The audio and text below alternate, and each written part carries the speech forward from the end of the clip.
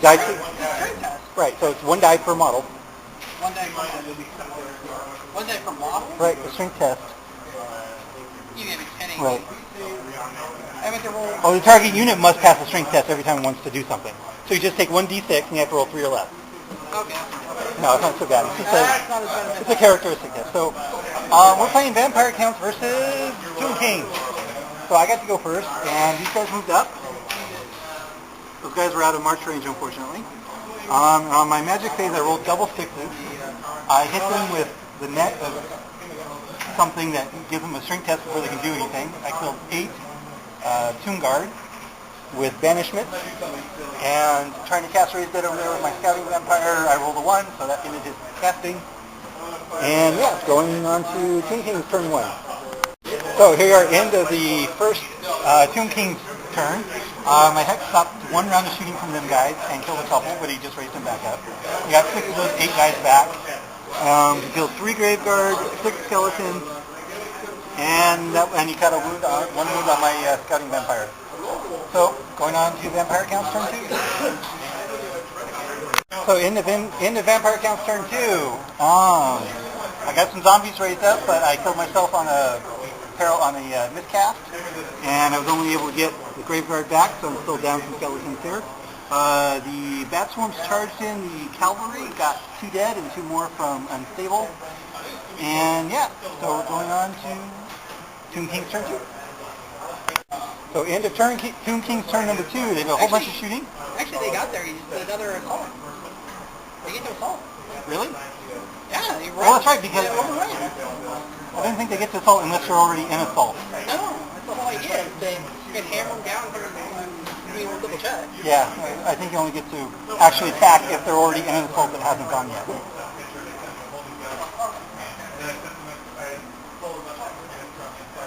So hold on while we look this up. But on his turn, the bats, he miscast on the summoning, so the guy blew up all the cavalry and died to the bat swarm. A whole bunch he raced back all these guys in full strength. Killed a whole bunch of Graveguard. So that's all the Graveguard are dead. And 1 bat swarm was dead, and going on to Tomb King's turn. So end of Tomb King's turn 3, everybody moved up again. The bats came back onto the table, so I've had the charge of the zombies against the war machine, that's okay. Graveguard charged here. They failed their charge, but I wiped out a whole lot of skeletons in the charge, plus unstable wounds, and I gave them a net, so they're cursed. And yeah, going on to Tomb King's turn 3. So in a turn, Tomb King's turn 3, he killed an ass ton of skeletons with the skull catapult.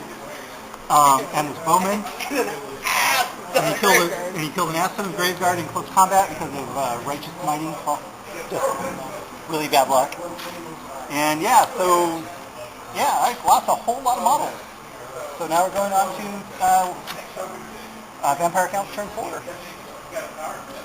which hopefully will turn the tide of battle. And I didn't tape that. Would you like to try that again? Yes, I would like to try that again.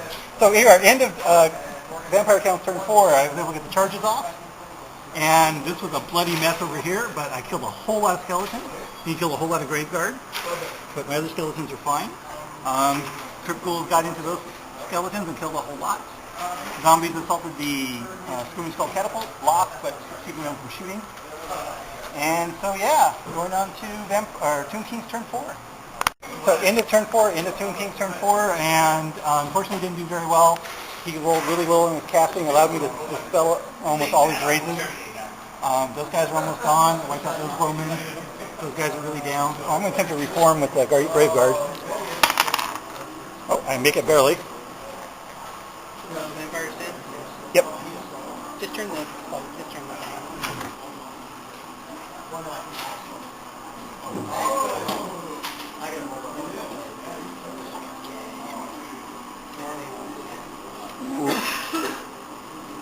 Suck. Okay, so there's my reform. And yeah, zombies still lost to the Skull Catapult. There's a couple left. And so yeah, that's it.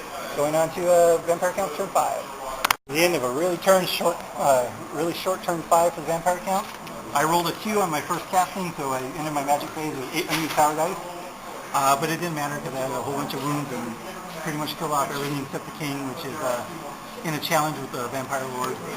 Over there I finally killed one crew. I wiped out those bowmen. And so yeah, that's what's left is 2 crewmen over there and the Tomb King right there.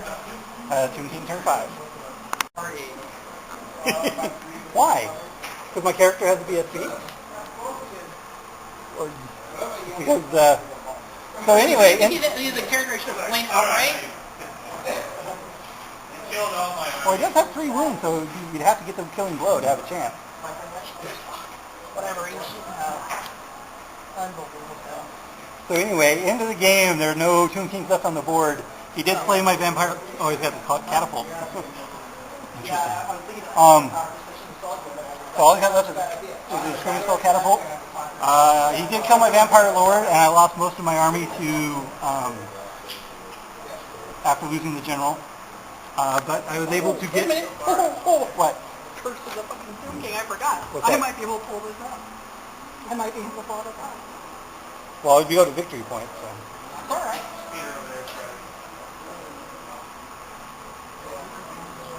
What's that do? Curse. The model is possibly a final wound to a Tomb King must take a leadership attack. If it fails, it suffers D6 wounds with no save.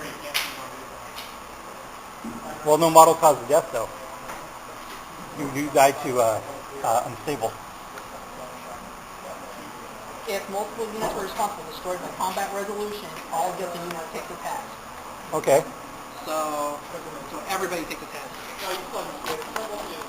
The skeletons and the... Oh, man, my graveyard was leadership 9 because of the White King. So they should all still be there. So I screwed that. You're rolling 12s and 11s. I still would have lost 1 or 2 instead of 6 and 5. You only lost 6 total. No, I lost 6 the second time and 5 the first time. What So were you no, testing on?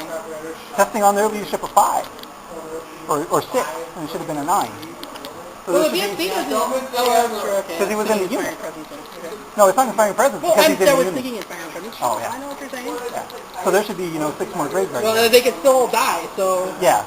So anyway, on the White King on a 9, he's good.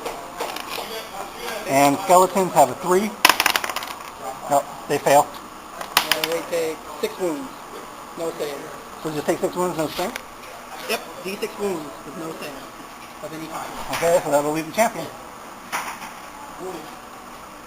That was worth a shot. Yeah, basically the Tomb King explodes. Gotcha. Alrighty then. Alrighty then, so that's a lot of carnage. So, going on to, got 1 turn left. Yep. I can't do anything because I can't reach him. You gotta try and nuke something. Yep. So, turn 6. Is that random game link? Actually, yeah, 2 turn, or no. Don't I go like No, I think it's just 6 turns, right? The turn. One more wound. Ending game, stupid. Wrong thing. We have to go into the mission. Winning. Winning.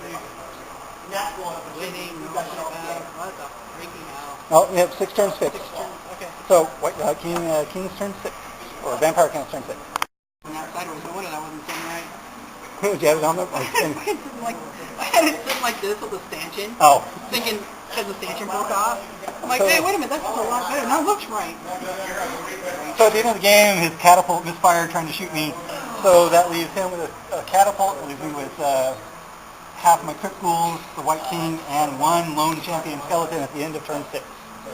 So I think that would give me a victory point. How many points is the catapult?